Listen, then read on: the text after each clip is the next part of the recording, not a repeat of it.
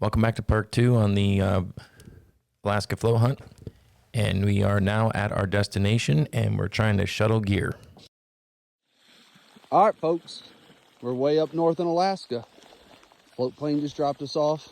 We trekked up over the hill a little bit, looking to set camp up. Pure pandemonium when we landed. It's pouring down rain. Trying to keep everything dry. Haven't been in the bush, Mark. Fun stuff. I wish I could take a video. Mark forgot his phone in the plane. We got about half our gear between two guys. No rafts. Hoping stupid. Hoping we can get the rest of our stuff tomorrow, but we're glad to be in here. It's Wednesday, about 4 o'clock. Happy. I'm glad to be here. Some people are grumpy. It was a beautiful day, raining a little bit, but then the sun came out. We had a beautiful rainbow, set up our tent, spent the night, and got situated with half of our gear, waiting for the remaining part of the gear to come the next day. Day 1 of the hunt. Saw some caribou this morning. They went the other direction. Saw a bunch of caribou, some last night. Sitting here eating lunch. And Mark spots a grizzly bear. He's out in that bottom down there. Not just strolling around. Looking for lunch. Beautiful day. This is our first grizzly bear that we saw on the trip, and he jumped in the middle of the lake and swam completely across the lake. There was a whole herd of caribou that we thought he was probably going to swim around, try to stalk up on them, but he didn't even bother the caribou. He was eating a lot of blueberries and then just jumped in the middle of the lake and swam across. I didn't think I'd ever witness that because to me, he swam across there like it was just walking across the park. So all that fur and hair and the weight and the energy it took for him to get across that lake. He was probably in the water for a good 15 minutes as he swam across. Then he gets out and shakes off like there's just another day. Makes you really respect these animals when you go and watch them actually live in their environment and survive in their environment. What they do on a daily basis, it's quite impressive. So then we started packing up our second set of gear and portaging it to the tent as well, because our plane did bring back the rest of our gear. What you doing there, Nate? Any Mark got words his of phone back. Yeah, about time. Strapping my raft down. Looks like that's about all that pack can handle. You think is that all Nate can handle? Probably about all Nate can handle. Have to go more. I want to get a video of you putting it on. Are you gonna keep dilly-dallying around or what? Yeah, I still got 2 buckles to go. So just Oh, okay. I'm gonna run out of battery for then. Walking in the tundra is always a challenge. The tussets and especially carrying a heavy pack and oddball oars and things like that. So it looks like flat country, and it is for the most part, especially when you compare it to hunting in Colorado. But the tussets really are a challenge. It's like walking on a bunch of small little dodgeballs. Very interesting. So very exerting. Friday the 15th. Rafts are blown up. Securing stuff to the raft. Been working on it for what, about 3 hours now? Been working on it for about 3 hours now, huh? Feels like it. Right there's where we're going to start putting it at. See how far we can float. Now that the rafts are blown up, we started moving towards the river or the stream, starting for the float and begin the caribou hunt. Here we go. Mark killed a caribou. We're headed up to it. We were floating the river. Come right down through there and we saw him. Our rafts are right down there in the bottom. All right, caribou's down. Pretty good bull. We float in the river again, just kind of like I did last time. Kind of a rainy, fuzzy day there on this hill right here. And that's the result. Beautiful country. It was about a 350-yard shot to this caribou, And I did not get any of the footage of us shooting it. I did not get much footage of us breaking it down. When you're in the heat of the moment, you just get in the mode of just trying to get things done. So we made a trip back down to the rafts and put all the meat back in the rafts and moved downstream a little bit further to set up camp again. So more gourmet, freeze-dried food, and then we did eat some caribou as well that night. Alaska, it's beautiful. Okay, we got a moose coming in. Nate's over there. Get the first shot. He's coming in. He's been coming a long ways. Oh yeah, look at that.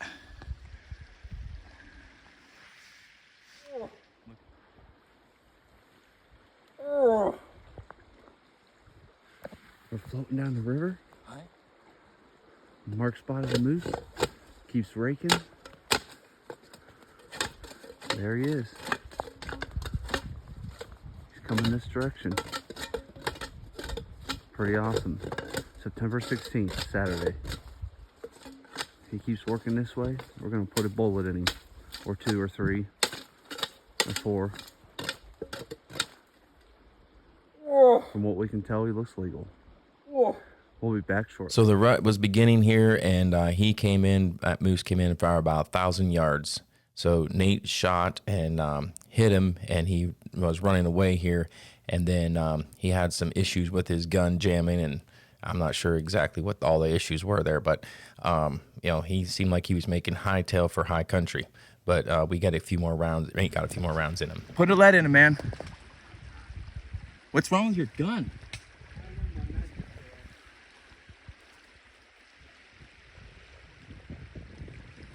Right there.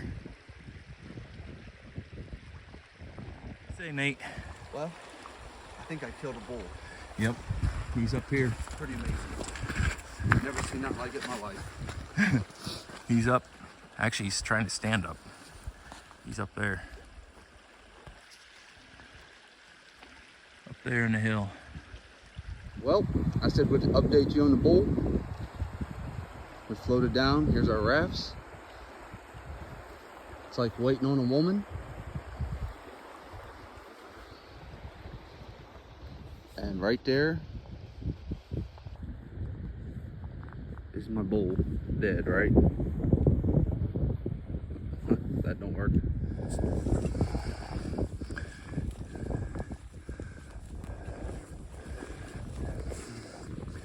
That's a beautiful bull, Nate.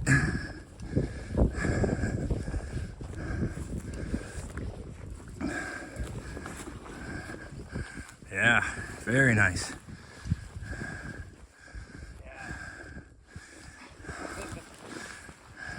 Man, it's a lot of animals. So as you can see, we are very poor videographers, and we missed a lot of the moose and the process of getting him down and moving the rafts around and all that. But it took us about 4.5 to 5 hours we figured we didn't take a good recording of time to break that moose down. Here I am carrying a quarter. But we both of us worked on taking him back and forth to the raft. I think it was 4 trips before it was all said and done. There's nothing small about a moose. Everything about a moose is big and heavy, and very big, massive animals, magnificent animals. And it's just again, back in the tussets, it was 580 yards from the river, from where the rafts were parked, to the kill site. So each trip was 580 yards. And on a nice paved sidewalk, that's not a big deal. But when you're carrying quarters of moose meat and walking on tussets, it became a very big challenge. So, but we were exhausted when it was all said and done. Nate shot this moose early in the morning. It was probably, I'm going to guess, before 7 o'clock or 8 o'clock. And by the time we got everything done, it was a late afternoon here when we were making our way back down to the rafts. And Alaska is a wild, crazy place, as you'll see. We went down to the rafts, ate our lunch, and the caribou actually, or the wolves actually started moving in on the moose, the kill. So it didn't take long for the wolves to show up. Brought our moose down to the raft. We looked up, and the wolves have already come down.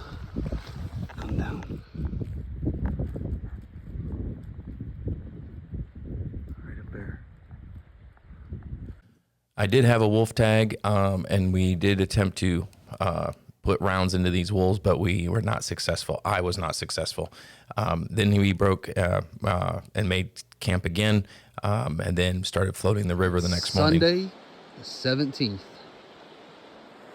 We float our rafts out around. Marquez is down there. We're going to make camp right in here tonight. It's been a good day. Oh, there he goes. We got to fix a raft. I got a hole in my raft today, as you can see. It's all crumpled up. The rest of it's nice. So we got our work cut out for us tonight. We're definitely in moose country. Big timber. Boy, it's beautiful. Everybody that's not here is missing it. Well, trying to dry out this raft so we can fix a hole in it. So we start a fire. Really close to the raft. Hopefully we don't melt the raft with fire. Mark's idea. Fire's getting big. Hopefully they don't melt or anything. There's our camp. Tents. Just stuff strewn everywhere. Trying to fix another raft. So we woke up the next morning and we had a visitor in camp. Unbeknownst to us, it was eating our moose meat. So the grizzly bear that you see in the center, I know it's a rough picture, but you can see him there in the center, was eating moose meat. So we had a unwanted visitor, and he scared the bejeebers out of us. But we finally got through with that whole process, and we decided to get out of there while the getting was good. So we took what was left of the moose and broke our camp. Okay, we about broke down camp, and Nate's back there grabbing what's left of the moose. The grizzly came out right there on the edge of that right there. That was about maybe 2 hours ago. My heart is still pounding. So we're gonna try to get out of here. Nate's raft still has a hole in it, but oh well. It's time to keep moving. It's been quite a trip, that's for sure. It's been fun, but boy, I'll tell you, I had about enough adventures. So, all right. I'll try to take more videos. Monday, September 18th. There's our meat. This is how we line the rapids. Especially when you have all that garbage back there. Strainers. We just float on through with our ropes. This is a nice place to stop for lunch. Absolutely beautiful. Beautiful day. Beautiful country. Yep. Anything you want to say? Besides, you're going to share your M&Ms? No, my M&Ms. Okay. It is a beautiful day. Absolutely. Yes, sir. No complaints. Look at this view. Unbelievable. The river levels were very good. We've had a lot of good flow to float. The previous time I did this trip, we drug many days, but this time it was good. And we didn't have as many strainers as we did the first time. So when we do come up with strainers, we tried going around them if we can. If not, we chop them up and make a path for the rafts to get through. It's a lot easier to chop a log apart than it is to portage all that meat around a strainer. Then we had some really good shots of the northern lights. It cleared off, and we actually started seeing some beautiful northern lights. We didn't have really good cameras to catch that footage, but there they are. Well, here we are in one of the evenings. What we found that worked best is we'd have my shelter, which was a Kafaru sawtooth with a wood stove. We would use that to eat dinner in and eat together because we'd float right up to almost dark and then sit down, eat our dinner after camp when the meat was taken care of. On a float hunt like this, it is 100% work. 100% of the time, you work from sun up to about the time sun goes down, and you're working on preparing, making sure the meat stays dry, stays good, changing out meat bags and all the wonderful stuff it has with that. Not only that, but you have to set up camp every single night. So that's something that you have to keep in mind as well. So, but, so by the time we're all done, it's dark and we're cooking in the dark. But whenever you have a nice warm tent, and here it was snowing, whenever you have a nice warm tent, it just does something for the spirits when you're in a nice warm tent, eating good food after a long day. It just makes the much more easier. So here we are, breakfast in the morning, same thing. There we are with the snow. And then we broke camp there. We had floated into another legal bull the previous night here, and he saw me about the same time I saw him. I still had a bull tag, moose bull tag, and I was not able to unsecure my gun because we tie everything into the rafts. Those bags and everything are all tied into the rafts in case we were to capsize. Our gear stays with the raft. So we were thinking we could probably recover the raft and hopefully our gear would be stuck in it. So then we're back to overcast, cloudy days, and winter was moving in for sure up in northern Alaska. We were north of the Brooks Range there, so or south of the Brooks Range, just south of them. There was another night, floated late into the evening, beautiful sunset. It got dark there. Every time we'd get a little bit closer to losing more time each time the day went by. So it got darker earlier and earlier as the trip went on. Friday, September 22nd. About 3 miles downriver is our takeout. Kind of a cloudy day. Doesn't look like the airplanes are flying. We'll look for a pickup tomorrow. We're on our last leg of our journey. It's kind of disheartening.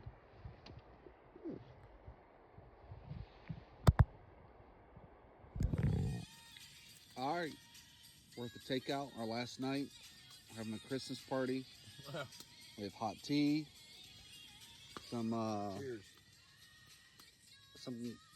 pepper bridge, Delicious cookies. some cookies that are delicious. Nice stove burning. Yes, sir. We're having Christmas in September. It's a good hunt. Here we are. This is the last camping spot for the trip, and we're waiting for our taxi service to pick us up. And they came in and flew into this gravel bar. So every night we were getting a good dusting of snow, and the temperatures were definitely dropping off, especially towards the end of the trip for sure. So the nice sunny warm days were definitely leaving us behind. So Nate went out first, and then I went out following him, and then I flew the 180 from Fort Yukon back to Fairbanks, restaged the gear, took care of all the meat, and then we started our trip home, another leg of the adventure, and that was an adventure.